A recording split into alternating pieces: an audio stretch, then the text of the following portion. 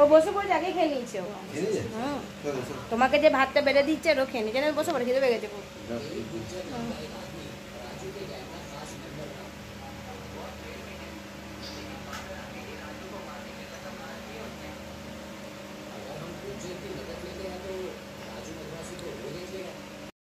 দেখো আমি অলরেডি খাবারটা নিয়ে নিয়েছি, বসে পড়েছি খাবার নিয়ে। আম, ডিমের ঝোল আর ভাত, যেটা রান্না করেছি সেটাই তোমাদেরকে দেখেছি। আমি কিন্তু আজকে আর বেশি কিচ্ছু রান্না করিনি, কোনো ভাজাভুজিও করিনি, কারণ আজকে শুধু ডিমের ঝোল আর ভাত খেতে ইচ্ছা করলো। আর আমটা তো এমনি খুব ভালো লাগে খেতে, তো খাবার নিয়ে বসে পড়লাম। এমনিতে ডিমের ঝোল আমাদের খাওয়া হয় না, কারণ আমার ছোটো মেয়ে ডিমের ঝোল দিয়ে ভাত খাওয়া পছন্দ করে না, ওভাবে ডিমটা শুধু টিফিনের জন্যই, তো তার জন্য আর ডিমের ঝোল করা হয় না।